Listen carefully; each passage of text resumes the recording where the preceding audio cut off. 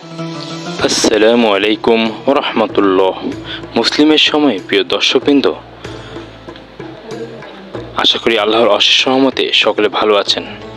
আমি মোহাম্মদুল্লাহ সাগর আজ আপনাদের কাছে উপস্থাপন করব ইসলামের ইতিহাস, সংস্কৃতি, রাজনীতি ও অর্থনীতি বিষয়ভিত্তিক ধারাবাহিক আলোচনা বিশেষ পর্ব 10। আজকের আলোচ্য অধ্যায় ইসলামী রাজনীতি, অর্থনীতি ও শাসন ব্যবস্থা।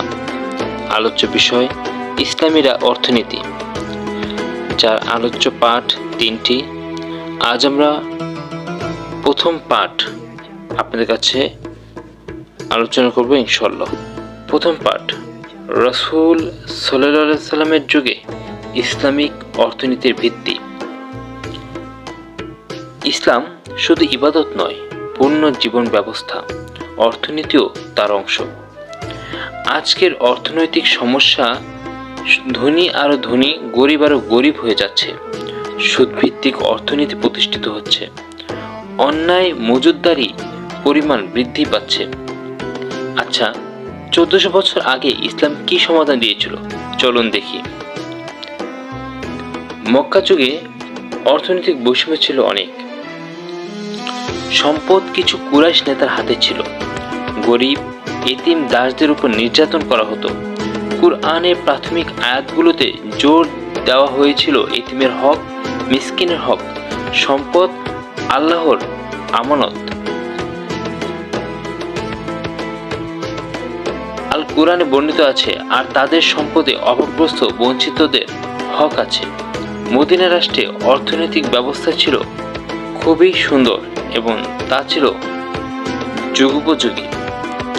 প্রথমেই জাকাত ব্যবস্থা, বাধ্যতামূলক সম্পদ পুনর্বন্টন, ধন জমে না থেকে সমাজে ঘোরে, গরিব রাষ্ট্রের দায়িত্ব। এই 3টি বিষয়কে খুব মূল্যায়ন দিয়ে দেখা হতো। সুদ বা রিবা নিষিদ্ধ ছিল। শোষণ বন্ধ হয়ে গিয়েছিল। টাকা দিয়ে টাকা বানানো হারাম হয়ে গিয়েছিল। ব্যবসা হালাল ছিল এবং সুদ হারাম ছিল। বাজার নিয়ন্ত্রণ, রাসূল সাল্লাল্লাহু আলাইহি সাল্লাম বাজারে যেতেন নিজে। কম ওজন দেওয়া নিষেধ ছিল। মজুতদারি নিষেধ ছিল। কৃত্রিম মূল্য বৃদ্ধি নিষেধ ছিল। মুহাজির আনসারদের মধ্যে ভ্রাতৃত্ব বন্ধন, সম্পদ ভাগাভাগি করে নিতেন। সামাজিক নিরাপত্তার ব্যবস্থা করতেন। ইসলামিক অর্থনীতি মানেই হচ্ছে ন্যায়, দায়িত্ব, সম্পদের সুষম বন্টন। চলুন এবার একটু বিস্তারিত জেনে নেই রাসূল সাল্লাল্লাহু আলাইহি সাল্লামের যুগে ইসলামিক অর্থনীতির ভিত্তি কি ছিল। আজ পৃথিবীতে টাকা আছে, ব্যাংক আছে, প্রযুক্তি আছে, কিন্তু কেন গরিব কমছে না? কেন ধনী আরো ধনী, গরিব আরো গরিব হচ্ছে? 1400 বছর আগে ইসলাম কি এই সমস্যার সমাধান দেয়নি? চলুন ফিরে যাই রাসূল সাল্লাল্লাহু আলাইহি সাল্লামের যুগে, দেখি ইসলামিক অর্থনীতি কিভাবে শুরু হয়েছিল। ইসলাম শুধু ইবাদত নয়, পূর্ণ জীবন ব্যবস্থা। ইসলাম শুধু নামাজ, রোজা, হজ নয়। ইসলাম মানুষের জীবন, সমাজ, রাষ্ট্র সব কিছুর দিক নির্দেশনা দেয়। অর্থনীতি তার বড় অংশ। ইসলামের দৃষ্টিতে সম্পদ আল্লাহর আমানত, আর মানুষ হচ্ছে দায়িত্বশীল ব্যবস্থাপক। মক্কা যুগে অর্থনৈতিক অবস্থা ছিল, ধন কিছু কুরাইশ নেতার হাতে ছিল। গরিব, দাস, এতিমদের অবস্থা ভয়াবহ ছিল। এটা ছিল একটি চরম পরিমাণের অর্থনৈতিক বৈষম্য। সুদ বা রিবা ছিল সে সময় সাধারণ। গরিব ঋণ নিত আর সুদের চাপে দাস হয়ে যেত। সেই সময় মানবতা ছিল অনুপস্থিত। এতিমের সম্পদ দখল করত, দুর্বলদের শোষণ করত। কোরআনের প্রাথমিক অর্থনৈতিক শিক্ষা ছিল মক্কা যুগেই। কোরআন মানুষকে শিখিয়েছে সম্পদে গরিবের হক আছে। মানুষ বুঝতে শুরু করলো, আমার সম্পদ শুধু আমার না, আমার সম্পদ এতিমদের সম্পদ। খাওয়া বড় গুনাহ, মাপ ও ওজনে কম দেওয়া হারাম, অপচয় নিষেধ ছিল। ইসলাম প্রথম মানুষের মানসিকতা বদলেছে। মদিনায় ইসলামিক রাষ্ট্র অর্থনৈতিক প্র্যাকটিক্যাল শুরু করা হয়েছিল। হিজরতের পর ইসলামিক অর্থনীতি বাস্তব রূপ নেয়। মুহাজির আনসারদের মধ্যে ভ্রাতৃত্ব বন্ধন তৈরি হয়। মক্কা থেকে আসা সাহাবীরা নিঃস্ব ছিলেন। মদিনার সাহাবীরা বললেন, আমাদের সম্পদ ভাগ করে নাও। সমাজভিত্তিক সম্পদ বন্টনের অনন্য উদাহরণ ছিল এটি। জাকাত ব্যবস্থা প্রতিষ্ঠা করা হয়েছিল। এটাই ইসলামিক অর্থনীতির মূল স্তম্ভ। জাকাত বাধ্যতামূলক। গরিব, ঋণগ্রস্ত, পথিক, এতিম সবাই এর অধিকারী। সম্পদ ইস্তিনা থেকে সমাজে ঘুরবে। সুদ সম্পূর্ণ নিষিদ্ধ। ইসলাম বলল, ব্যবসা হালাল, সুদ হারাম। কারণ সুদ হচ্ছে শোষণ। ধন একদিকে জমা হয়, গরিব আরো গরিব হয়। বাজার নিয়ন্ত্রণ।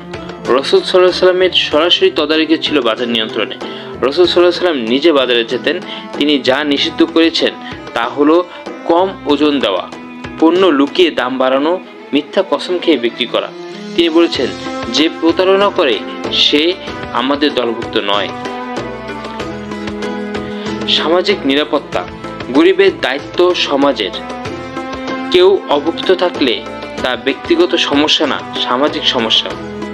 রাসূল সাল্লাল্লাহু আলাইহি সাল্লাম আমাদের শুধু ইবাদতের পথ দেখাননি, একটি ন্যায়ভিত্তিক অর্থনৈতিক ব্যবস্থাও দিয়ে গেছেন, যেখানে ধন আমানত, গরিবের হক আছে আর ব্যবসা মানে সততা। এই ভিত্তির উপর দাঁড়িয়ে গড়ে উঠেছিল পরবর্তী শক্তিশালী ইসলামিক সভ্যতা।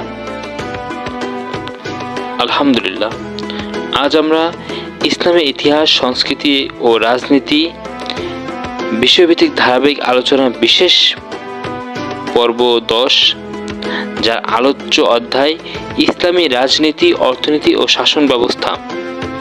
আলোচ্য বিষয় ইসলামী অর্থনীতি। পাঠ পর্ব 1 আপনাদের সাথে আলোচনা করলাম।